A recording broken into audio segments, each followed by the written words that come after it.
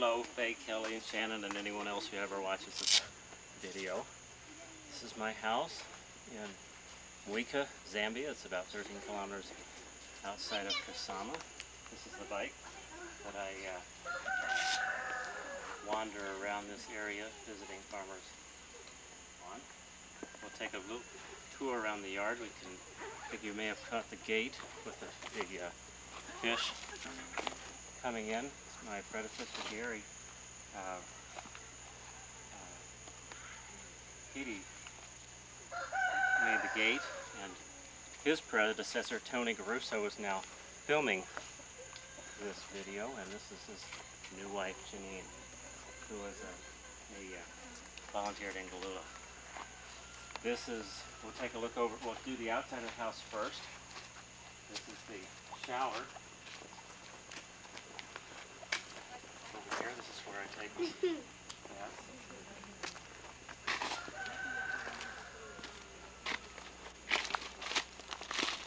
This is where I would hang my clothes and the towel.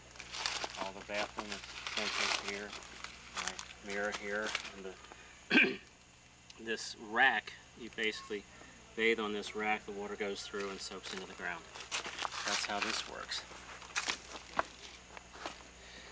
And then this over here is the Ichimbusu, which is bamboo toilet, essentially, or pit latrine that is.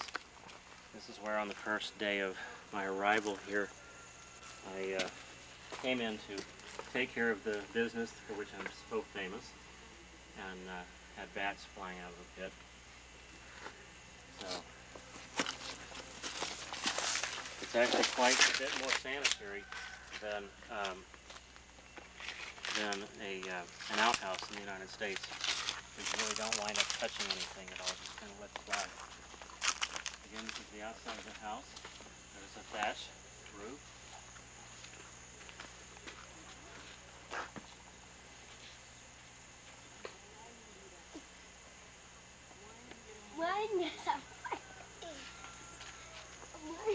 This is the porch. This is where I do all of my vast entertaining and also cooking my meals. That takes place here. This is called an imbabula. Fill this with charcoal and light it. And you swing it around like that to get it going, although I've got a little fan that helps take care of that. That's the major device for cooking here in Zambia. This is what's called the kitchen, but in fact it's a closet, or at least I use it as a closet. This is where I keep my bike when it's in here, which it isn't at the moment. The big wicker thing is a crab trap I made. And you can see there's bags of charcoal. That's what I cook with. Okay.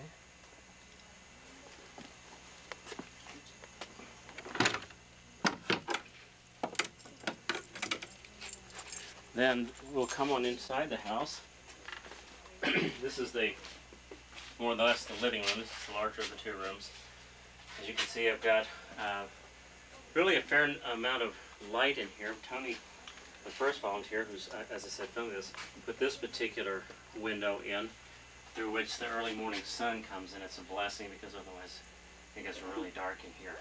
You can see that if you look at the rafters,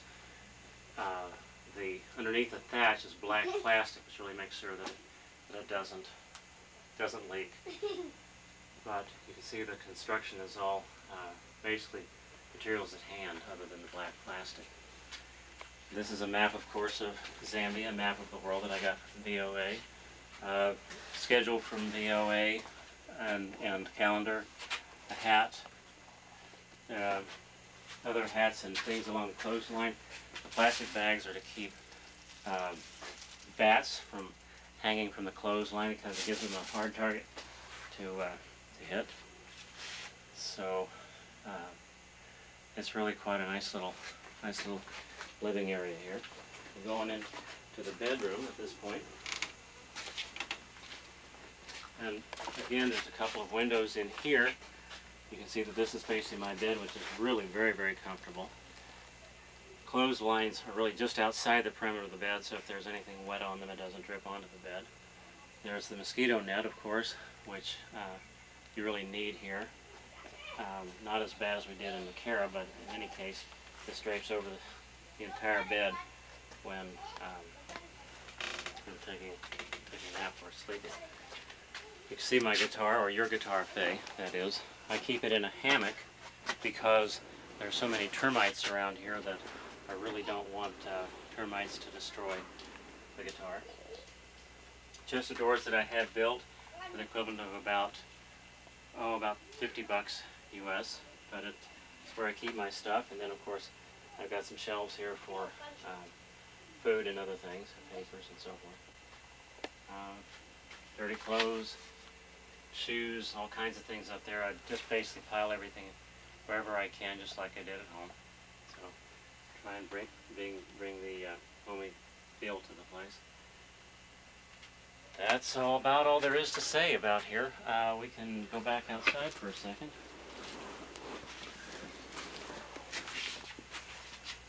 And show me your food. Food. Oh, right. Now let me pull some of these things out.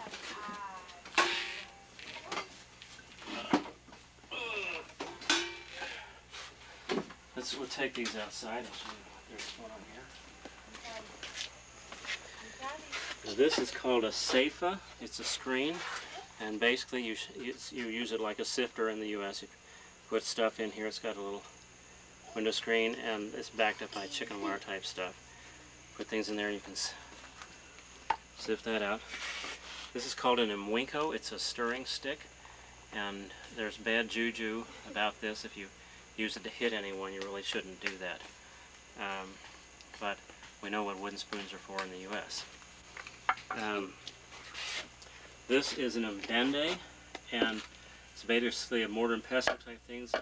Zambians grind a lot of different things into powder of various sorts, and mix them together, and this is the device you use to do it with. It's just a giant mortar and pestle, and this is actually quite a small one. I don't know what that was that fell in there, but it's now ground up. You see it's made of nice, I think this is Moncoyo wood, I'm not quite sure.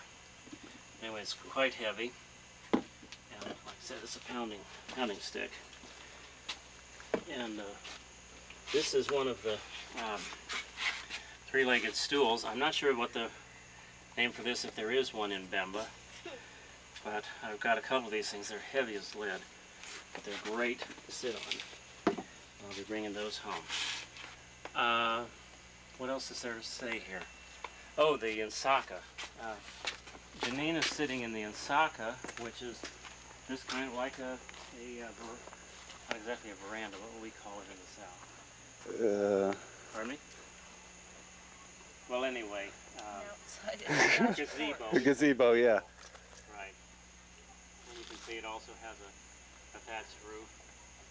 This particular one has a cement floor because my predecessors and I, of course, too, enjoy the cement as opposed to dirt floors. But basically a lot of people use these things to just have a good time in. Some of them use them as a kitchen, they cook underneath them. What I have right now, the green things that you see here are Sena